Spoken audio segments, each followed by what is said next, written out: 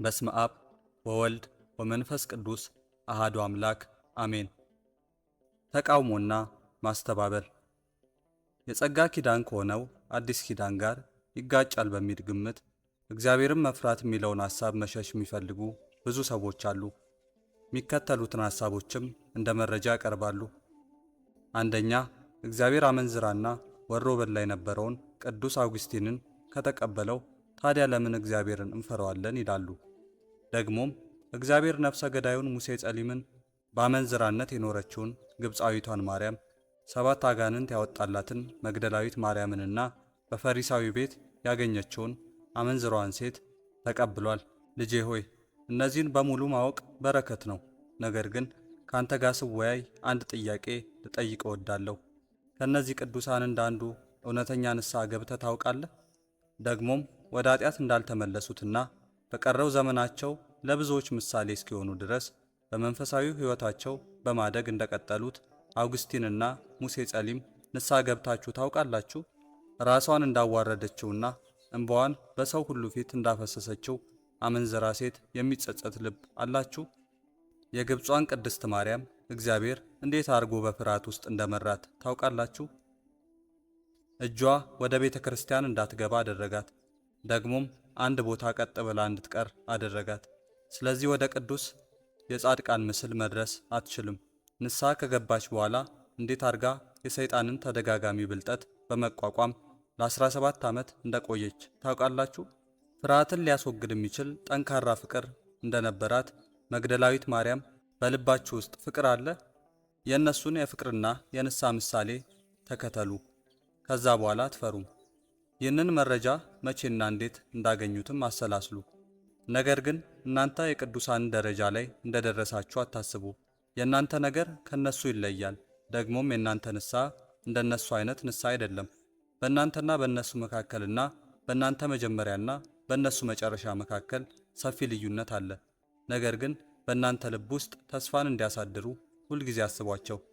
በተመሳሳይ ቆራጥነት፣ ትጉህነትና እነሱ በጀመሩበት አይነት ፍርሃት የእነሱን መንገድ ለመከተል የሚቻላችሁን ሁሉ ሞክሩ። ብዙ ስለወደደች ብዙ ይቅር ብያታለሁ ብሎ ጌታችን ኢየሱስ ክርስቶስ ስለ አመንዝራዋ ሴት የተናገረውን አስታውሱ። ይህንን ያህል ፍቅር፣ እፍረትና እንባ ካገኛችሁ ወደ ፍቅር የሚወስደውን ፍርሃት ታገኛላችሁ። መለኮታዊውን ተስፋ ትቀበላላችሁ። ደግሞም አትፈሩም። ሁለተኛ፣ በጣም ሩሩ አባታችን ሆኖ ሳለ ለምን እግዚአብሔርን እንፈራዋለን ስትሉ ሰማቸዋለሁ። እግዚአብሔር አባትነት የሚጠይቀውን በሙሉ ያሟላ አባት ነው።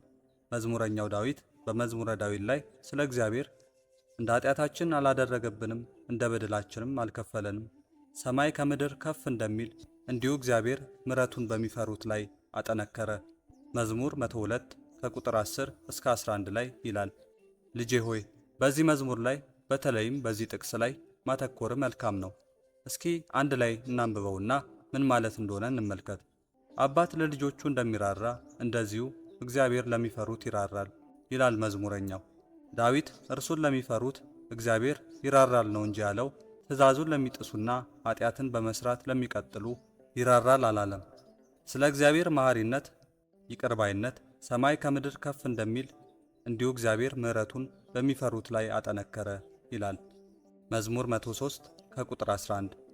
ከአንተ አስተሳሰብ ጋር የሚስማማውን ጥቅስ ብቻ ወስደህ የቀረውን ተውከው። እግዚአብሔር ሕዝቡን እንዴት አድርጎ እንደሚይዝ ለማወቅ በሙሉ ማንበብ ሲገባ ቁጥር 10ንና 12ን ብቻ ለይተህ ቁጥር 11ንና 13ን ግን ተውከው። በትክክልም እግዚአብሔር በጣም ሩሩና ታጋሽ አምላክ ነው። ነገር ግን በዚህ መሰረት ሁላችንም ንስሐ መግባት አለብን።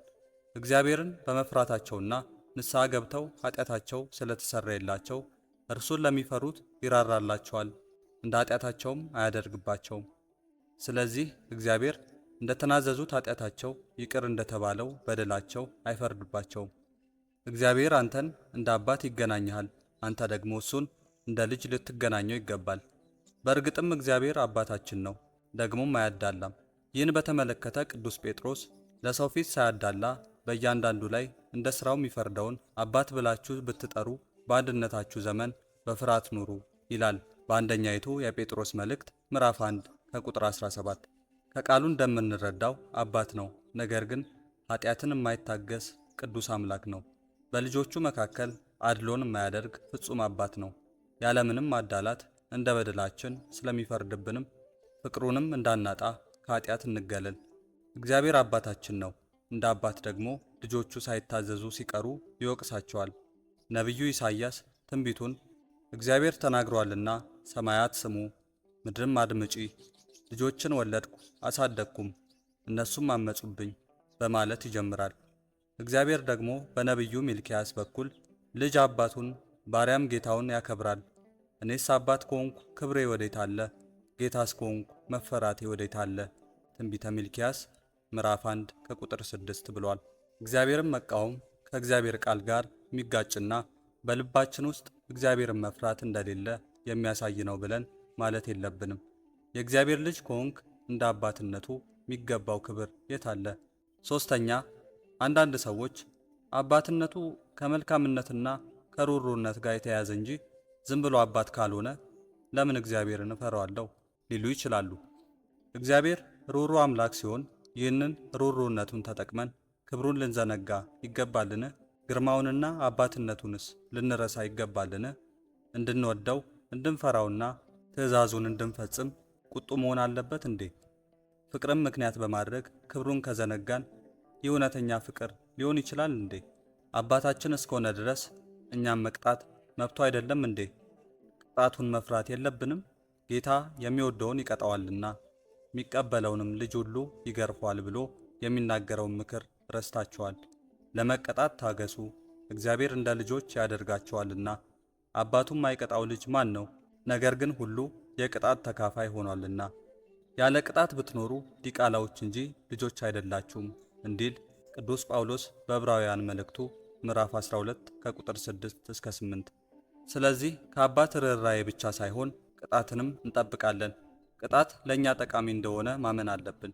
እግዚአብሔርን በመፍራትና ለእሱ በመታዘዝ እንድናድግና እንድንኖር ያደርገናል። ከዚህም በላይ የቀጡን የሥጋችን አባቶች ነበሩን፣ እናፍራቸውም ነበር። እንዴትስ ይልቅ ለመናፍስት አባት አብልጠን ልንገዛና በሕይወት ልንኖር በተገባን። እነርሱ መልካም ሆኖ እንደታያቸው ለጥቂት ቀን ይቀጡን ነበርና እርሱ ግን ከቅድስናው እንድንካፈል ለጥቅማችን ይቀጣናል ብሏል ቅዱስ ጳውሎስ በዕብራውያን መልእክቱ ምዕራፍ 12 ከቁጥር 9 እስከ 10። ቅዱስ ጳውሎስ እግዚአብሔርን መፍራት ለብዙዎች ተስማሚ አለመሆኑን ስለሚያውቅ ቅጣት ሁሉ ለጊዜው የሚያሳዝነው እንጂ ደስ የሚያሰኝ አይመስልም። ዳሩ ግን በኋላ የሰላምን ፍሬ እርሱንም ጽድቅን ያፈራላቸዋል በማለት ያጠቃልላል። የእግዚአብሔር አባትነት ሊያሞላቅቀን አይደለም፣ ይልቁንም ሕይወታችን ተቀይሮ እንድንኖር ለቅጣት ለሥርዓትና ለመገደብ ነው። ስለዚህ ለእግዚአብሔር ያለን ፍቅር ከፍርሃት ጋር የተቀላቀለ መሆን አለበት። ቅዱስ ጳውሎስ በሥጋ ስላሉ አባቶቻችን ይቆጡን ነበር፣ እኛም እንፈራቸው ነበር ብሎ ተናግሯል። እንፈራቸው ነበር ሲል እናከብራቸውና እንታዘዛቸው ነበር ማለት ነው። እንፍራ፣ አለበለዚያ ግን ኃጢአትን እንሰራለን። አራተኛ፣ አንዳንድ ሰዎች እግዚአብሔር በመልካምነቱና በደግነቱ የታወቀ ሆኖ ሳለ ለምን እንፈራዋለን ሊሉ ይችላሉ። ነገር ግን የመድኃኒታችን የኢየሱስ ክርስቶስ ቸርነትና ሰውን መውደድ በተገለጠ ጊዜ እንደ ምሕረቱ መጠን ለአዲስ ልደት በሚሆነው መታጠብና በመንፈስ ቅዱስ በመታደስ አዳነን እንጂ እኛ ስላደረግነው በጽድቅ ስለነበረው ሥራ አይደለም ይላል ቅዱስ ጳውሎስ ወደ ቲቶ በላከው መልእክቱ ምዕራፍ 3 ከቁጥር 4 እስከ 5። ቅዱስ ጳውሎስ የእግዚአብሔርን ቸርነትና ጭከና ተመልከት ብሏልና፣ ስለ እግዚአብሔር ቸርነቱ ግን ጸንተ ብትኖር የእግዚአብሔር ቸርነት ባንተ ላይ ነው፣ ያለዚያ አንተ ደግሞ ትቆረጣለህ በማለት በሮሜ መልእክቱ ምዕራፍ 11 ከቁጥር 22 ገልጾልናል። አምስተኛ፣ አንዳንዶች ግን እኮ እግዚአብሔር ታጋሽና ማሪ ነው ሊሉ ይችላሉ። እንደ ልጅና እንደ አማኝ ኃጢአትን እየሰሩ ለመቀጠል የእግዚአብሔርን ማሪነትና ታጋሽነት መጠቀም መልካም አይደለም? ወይስ የእግዚአብሔር ቸርነት ወደ ንስሐ እንዲመራ ሳታውቅ የቸርነቱንና የመቻሉን የትዕግስቱንም ባለጠግነት ትንቃለን? ነገር ግን እንደ ጥንካሬና ንስሐ እንደማይገባ ልብህ የእግዚአብሔር ፍርድ በሚገለጥበት በቁጣ ቀን ቁጣን በራስ ላይ ታከማቻለህ፣ እርሱ ለእያንዳንዱ እንደ ሥራው ያስረክበዋል እያለ የእግዚአብሔርን ታጋሽነት በመጠቀም ክፉ የሚሰሩትን ቅዱስ ጳውሎስ በሮሜ መልእክቱ ይነቅፋቸዋል። ስድስተኛ ውደድ ከዛ የፈለግከውን አድርግ የሚለውን የአውግስቲንን አባባል የሚጠቀሙ ተቃዋሚዎች ያሳዝኑናል። በእርግጥ የፈለግከውን ኃጢአት መተላለፍ ፈጽም ማለት አይደለም። ለእግዚአብሔር ካለ ፍቅር የተነሳ ለእግዚአብሔር የወደድከውን ነገር ማድረግ ትችላለህ ማለት ነው። ስለዚህ በፍቅር ስም ነገሮችን በማይሆን መልኩ አትተርጉማቸው። ወስብሐት ለእግዚአብሔር ወለወላዲቱ ድንግል ወለመስቀሉ ክቡር። ይቆየን።